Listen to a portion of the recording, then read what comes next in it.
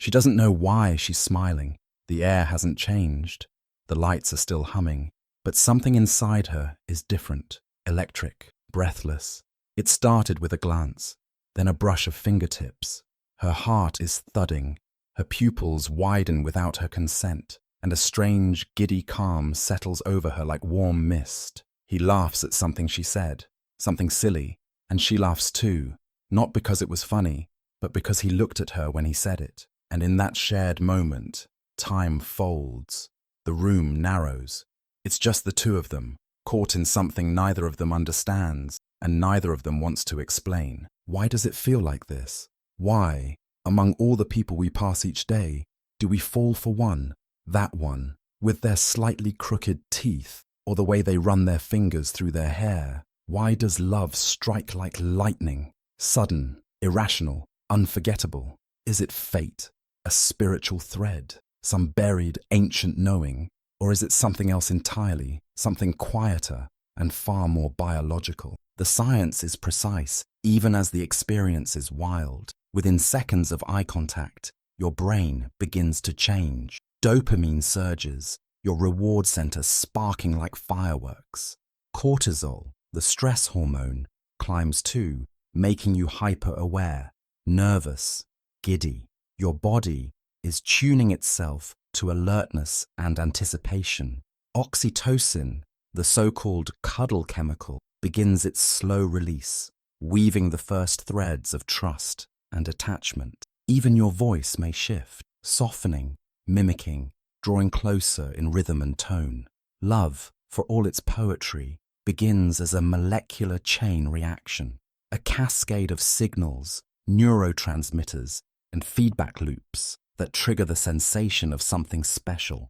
And yet, that's where the contradiction lies. Because love doesn't feel like chemistry. It feels like destiny, like madness, like magic. We write songs, carve poems, and cross oceans for love. Not because we understand it, but because it seems to transcend understanding. And perhaps that's why the science of love is so surprising. Because it suggests that even the most mysterious ache in human history may not be chaos, but pattern, that it might not be randomness or soul recognition, but circuitry, that the pounding heart, the blushing cheeks, the obsessive thoughts, all of it might be the signature of a system designed to bond. But if that's true, if love is predictable, measurable, even hackable, what does that mean for its meaning? Can molecules explain the electric grip of a first kiss, the quiet storm of missing someone, the devastation of heartbreak? This is where the story begins, at the intersection of wonder and wiring, because love might live in the poems we write, but it's born again and again in the chemicals we carry. And perhaps, by understanding that, we can finally begin to see why we fall so deeply. Long before science placed electrodes on skulls or scanned brainwaves under magnets, love was considered a force that came from beyond the body. Plato, writing over 2,000 years ago, imagined that each of us was once whole, part of a single unified being. But the gods, fearing our power, split us in two. And since then, each soul has wandered, aching to reunite with its missing half. This soulmate myth, romantic and metaphysical, captured something science still grapples with today, that love doesn't just happen, it completes.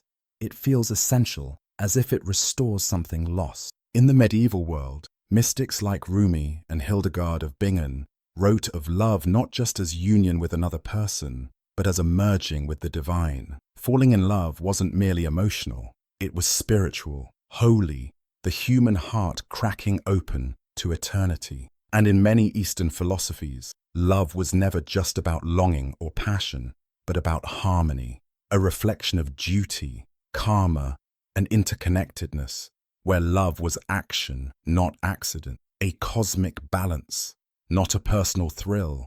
But something changed in the 20th century. The age of biology began to reframe love not as a soul's destiny, but as a system of the body and brain.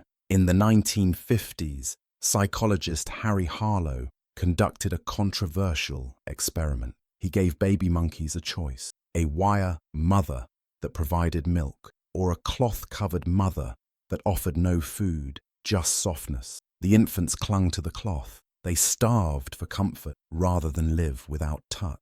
Harlow's work shattered assumptions. It showed that love, or at least the need for affection, wasn't secondary to survival. It was survival. By the 1970s, anthropologist Helen Fisher began studying love like a biologist studies hunger. She proposed that romantic love was an evolved drive, a biological system akin to thirst or craving, something designed by nature to ensure not just reproduction, but long-term attachment. Her work, once controversial, is now foundational in the field of relationship neuroscience. Fast forward to today, and we can see love in the brain.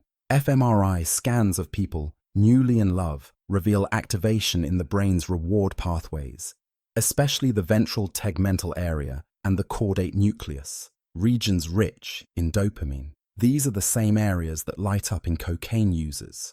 To the brain, love is not unlike a drug, euphoric, addictive, and when lost, devastating. Which brings us to the present. Why do breakups feel like withdrawal? Because neurologically, they are. The systems that once flooded with dopamine now flatline. Cortisol levels rise. Pain centers activate. The body responds to heartbreak the way it responds to physical injury. Scientists have even found that the same brain regions that process emotional rejection overlap with those that process physical pain. Love doesn't just live in our thoughts, it lives in our nerve. But the questions go deeper. Why do some loves fade while others seem to burn forever? Why can a single person, even after decades, still trigger a cascade of memory, longing, or grief? The answer may lie in how love imprints itself across our emotional and cognitive network, not just as a person, but as a pattern, a context in which we once existed. And this pattern, once encoded, can be reawakened with astonishing force. And so we find ourselves at a crossroads. The more we understand love through science, the more power we have to influence it. Imagine being able to design better relationships, to prepare people for heartbreak, or to use chemistry to rekindle connection. Already, therapies involving MDMA and oxytocin are being explored to help couples reconnect. Hormonal testing and attachment typing are guiding dating algorithms. We're not just understanding love, we're beginning to engineer it. But what do we risk by doing so? If we reduce love to neurochemicals and evolutionary strategy, do we strip it of its mystery? Do we risk flattening something vast into something mechanical, a chemical accident rather than a miracle of meaning? Perhaps the answer lies not in choosing one view or the other, but in embracing both. Love can be divine and biological. It can be measurable and mysterious. And in understanding the body's role in love, we might not diminish it, we might deepen it. Because knowing what fuels the fire does not make the warmth any less real. It only reminds us that behind every feeling is a living system. And behind every system is a longing to connect. For centuries, we treated love as a single, overwhelming feeling, an arrow to the heart, a wave crashing through the soul. But modern biology has slowly unraveled that illusion. Love, it turns out, is not one emotion, but a biochemical sequence. 3 overlapping stages that form what we call romantic attachment. It begins with lust, driven primarily by testosterone and estrogen. This is the raw, physical drive to seek intimacy, a hormonal compass tuned to potential partners. Then comes attraction, that euphoric, electric pull towards someone specific. Here, dopamine and norepinephrine surge through the brain, increasing focus, energy, and exhilaration, while serotonin begins to drop, leaving us with tunnel vision and obsessive thought. Finally, if the bond continues, the 3rd stage emerges, attachment, a deep sense of calm, security, and long-term connection, powered by oxytocin and vasopressin. This discovery was more than a new way to describe emotion. It reframed love as a dynamic, multi-phase system designed by evolution. Helen Fisher, one of the leading researchers in this field, made a startling observation. The neurochemical profile of someone newly in love mirrored that of someone with obsessive-compulsive disorder. Specifically, Both states showed suppressed serotonin levels. The translation was unsettling. Early romantic love is, chemically speaking, a form of socially acceptable madness. The rush of infatuation, the sleeplessness, the inability to think of anything else.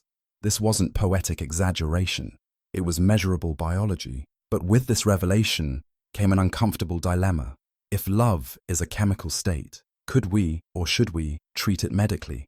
What happens when those biochemicals misfire, or when they linger long after a relationship ends? Could we develop drugs to shorten grief, ease heartbreak, or even erase love entirely? And on the other side of the spectrum, could we create love, inject the right cocktail at the right time, and feel attachment for someone we otherwise wouldn't?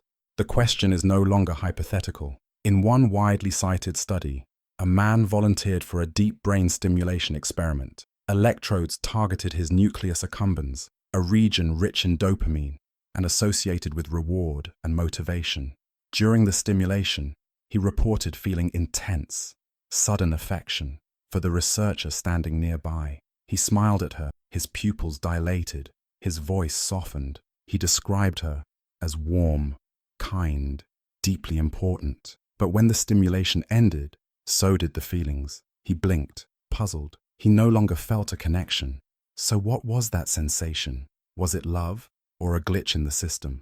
These findings leave us on a knife's edge between wonder and discomfort. If our deepest bonds can be induced or disrupted by electrodes, chemicals, or hormone shifts, what does that mean for the idea of soulmates? Is love an authentic choice or a physiological trap? If we can turn it on with stimulation, can we shut it off with a pill? Would that make heartbreak less painful, or would it make love itself less meaningful? This is the dilemma we now face. A crossroads between control and connection, between understanding love's machinery and preserving its mystery. And as science progresses, it's no longer just a question of what love is, but of what we want love to be. In the age of swipes, matches, and curated profiles, love has entered a strange new arena, one where algorithms nudge desire and user data replaces serendipity. We say we're looking for connection, but beneath the surface, dating apps operate more like slot machines than soul-finding services. Each match delivers a hit of dopamine, each message a small reward. The platforms are designed not to lead to lasting love, but to keep us coming back. It raises an unsettling question. Are dating apps hijacking love's chemistry? Have we begun to confuse the addictive search for love with the experience of love itself? And if so, where does that leave romance? Is modern love just an algorithm wrapped in longing? What happens when your attraction isn't the result of shared values or lived experience, but an equation optimized for engagement time? The ethical complexity deepens when we consider the biochemical side. MDMA, once known primarily as a party drug, has shown incredible promise in couples therapy. It floods the brain with serotonin and oxytocin, lowering defenses and enhancing emotional closeness. In trials, estranged partners have rekindled affection. But here too lies a question. Should we chemically enhance our capacity to love? And if so, where do we draw the line between healing and manipulation? Of course, this isn't entirely new. Humans have long searched for love potions. In the 19th century, elixirs filled with herbs, alcohol, and sometimes dangerous chemicals were sold as aphrodisiacs, early attempts to bend biology toward desire. And before that, courtly love traditions in medieval Europe instructed would-be lovers on rituals that mirror today's psychological bonding behaviors. Prolonged eye contact, synchronized movements, physical closeness. These weren't just cultural quirks, they were scripts, biological triggers disguised as romance. Even arranged marriages, often seen in contrast to romantic love, hold surprising lessons. Studies show that in many cases, long-term oxytocin-driven attachment in arranged partnerships can surpass the intensity of initial romantic attraction. Love, it seems, is not always born. Sometimes it is built, slowly, biochemically. But modern disruption runs deeper still. In a world shaped by capitalism, even intimacy is becoming optimized. We track our love lives like we track our steps, measuring relationship milestones, seeking growth, chasing compatibility. Emotional connection is becoming a product, one we try to manage, improve, even market. We are encouraged not just to find love, but to maximize it, monetize it. And in this constant push for optimization, many of us have become addicted, not to love itself, but to the feeling of falling in love. The butterflies, the thrill, the narrative. When that fades, we wonder if the love has died, when in truth, it may have only shifted into a quieter, more enduring form. And so the real stakes begin to emerge. If our feelings can be manipulated by design, chemically or digitally, who is responsible for what we feel? Are our desires truly ours, or are they shaped by unseen systems of reinforcement? If love can be sparked or sustained through hormone therapy, algorithms, or cultural scripts, what then makes it sacred? Can something born of biology and nudged by platforms still carry emotional truth? These questions don't just live in theory, they live in our relationships, our heartbreaks, our hopes. We are the first generation to love under surveillance, to date under design, to ask whether our deepest feelings are natural or engineered. And the more we understand how love works, the more we must decide how much we want to control it, because knowledge brings power, but power brings responsibility. And the heart, while made of muscle and chemicals, is still where we carry what matters most. All this time, we thought we were falling in love with someone, their smile, their laugh, their presence in the world. But the truth, quietly nestled within the folds of neuroscience, suggests something far more intimate. We're not just falling for them, we're falling for the version of ourselves that comes alive in their presence. The way we laugh differently, speak more freely, the way they look at us, and the person we become when we are seen through that gaze. Love, at its neurological core, is not a static photograph of another person. It's a living feedback loop, one that encodes not just the beloved, but the relationship, the shared emotional rhythm, the identity that blooms in between. In the mirror neuron system, the brain simulates what it sees in others. If they smile at you with genuine warmth, your brain fires as if you are smiling. This mimicry isn't surface level. It rewires emotional resonance. When you fall in love, your brain doesn't merely track them as other. It creates shared circuitry, a kind of blended emotional map. Oxytocin strengthens these social bonds, while the prefrontal cortex links their presence with your own self-narrative. Over time, you don't just remember the person, you remember yourself as you were with them, the specific, unrepeatable you that only ever existed in that bond. And this realization reframes everything. Love isn't about possession, it's about expansion, not what you gain, but what you become. This is why unrequited love hurts so deeply, not because of what we didn't receive, but because of the self that was never fully realized. We miss the imagined version of ourselves, the one we saw reflected in another's eyes, but never fully lived. And this is why love lost can feel like identity loss. Because when a relationship ends, it isn't only them who disappears, it's the us that only existed in that space, the self we built in their presence, the mirror they held up, the person we were in love. So here lies the twist within the twist. We say love is about them, finding the right person, being chosen, staying close. But perhaps deep down, it has always been about recognition, about finding a self we didn't know existed until it surfaced in someone else's company. Love, then, is not just connection, it's activation. It wakes something up in us, a potential, a softness, a courage that would have otherwise remained dormant. And so the question changes, not just who do I love, but who am I when I love? Because in the end, what we seek in love may be far more than chemistry or companionship. It may be the discovery of a self that can only exist through the alchemy of another. We now live in a time when love, once the most elusive and poetic of human experiences, can be visualized on a screen. Brain scans reveal its neural signature. In those newly in love, regions like the ventral tegmental area and caudate nucleus glow with dopamine-fueled anticipation. In long-term couples, the shift is quieter, but no less profound. The brain begins to favor bonding systems, regions governed by oxytocin and vasopressin. revealing that while passion may blaze brightly at first, enduring love settles into a rhythm of deep emotional attachment. Blood panels even show measurable patterns of hormone levels that correlate with compatibility, offering a glimpse into biological harmony before words are ever exchanged. And yet this is not the death of mystery, it's the emergence of new understanding. Couples in therapy now use what science has confirmed, that love can be rebuilt, not just remembered. Eye-gazing, synchronized breathing, intentional touch. These aren't romantic cliches, they are neurological tools. Every shared glance, every act of kindness, every vulnerable conversation helps restore the neural circuits of trust and affection. In some clinical trials, MDMA-assisted therapy has opened doorways long shut, allowing estranged partners to lower defenses and speak with emotional clarity. And attachment theory, once a psychological niche, has become central in modern relationship counseling. It helps people see that their patterns of closeness, fear, and emotional regulation are rooted in early bonding and can, with effort, be reshaped. The mistake would be to think that knowing the chemistry of love makes it less valuable. On the contrary, science shows us that love is not just a magical moment. It is a system, a process, a living relationship between minds and bodies.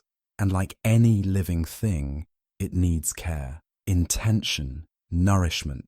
When we understand how love works in the brain, we stop taking it for granted. We learn to tend it like a garden, not expecting it to bloom endlessly, but feeding it with presence and warmth. There are small rituals, now backed by neuroscience, that can gently sustain this process. Expressing gratitude, simply saying thank you, or recognizing your partner's effort, releases oxytocin and strengthens emotional trust. Vulnerability, though often feared, raises serotonin levels and deepens attachment. Even recalling a joyful shared memory can reactivate dormant bonding circuits.